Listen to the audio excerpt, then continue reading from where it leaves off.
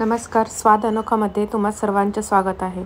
आज आपण स्वाद अनोखामध्ये झणझणीत अशी सोड्याची रस्सा भाजी कशी करणार ते पाहणार आहोत. त्याकरता मी इथे एका पातेल्यामध्ये 2 ग्लास पाणी घेतले आहेत. पाणीला थोडीशी उकळी आल्यानंतर आपण त्यात 1 वाटी सोडे घालून घ्यायचे आहेत आणि झाकण लावून ठेवायचं आहे. ह्याच वेळेस गॅसही बंद करायचा आहे. एक अर्धा तास आपण सोडे भिजवल्यानंतर सोडे एकदम सॉफ्ट होतात. चाळणीच्या साहाय्याने आपल्याला ते दुसऱ्या वाटीमध्ये काढून घ्यायचे आहेत. ह्याने सोडे सॉफ्टही होतात, शिजायला मदत होते, प्लस यातली जी घाण असते तीही निघून जाते. त्यानंतर मी कढईमध्ये 2 पळी तेल गरम करून घेतले आहे. त्यात आता मी 1 चमचा जिरे मोहरी आणि 7 ते 8 लसूण पाकळ्या टाकलेल्या आहेत. लसूण पाकळ्या लाल झाल्यानंतर 2 मोठे कांदे बारीक चिरून ह्यात घातलेले आहेत.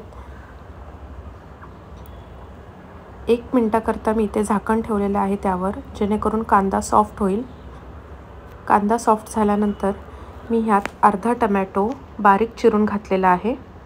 त्याचसोबत 1 चमचा मी इथे हिरवे वाटण घालून घेतलेले आहे. वाटणामध्ये कांदा, खोबरं, कोथिंबीर आणि आलं लसूण आहे.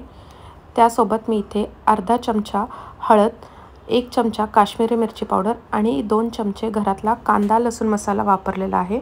चवीनुसार मीठ टाकलेलं आहे यात. आता हे सर्व आपल्याला एकत्र करून घ्यायचं आहे. मसाला छान फ्राय होण्याकरता मी 1 मिनिटाकरता इथे त्यावर झाकण ठेवलेलं आहे. तुम्ही पाहू शकता ह्याला किती छान पद्धतीने तेल सुटलेलं आहे. त्यावर मी थोडीशी कोथिंबीर घालून घेतलेली आहे. आता ह्यात भिजवलेले जे सोडे होते ते मी घालून घेत आहे. सोड्यांना मसाला लागण्याकरता मी ह्याच्यावर परत 1 मिनिट झाकण ठेवत आहे, जेणेकरून सोड्याला हा सगळा मसाला छान कोट होईल. 1 मिनिटानंतर हे आपण सगळं व्यवस्थित हलवून घ्यायचं आहे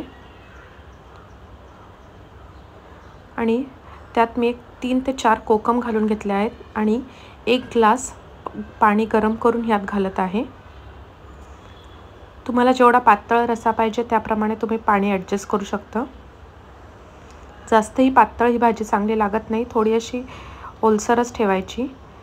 एक 10 मिनिटानंतर ही भाजी शिजून तयार आहे. त्यावर मी इथे कोथिंबीर घालून घेतलेली आहे आणि ही तांदळाच्या भाकरीसोबत सर्व केलेली आहे.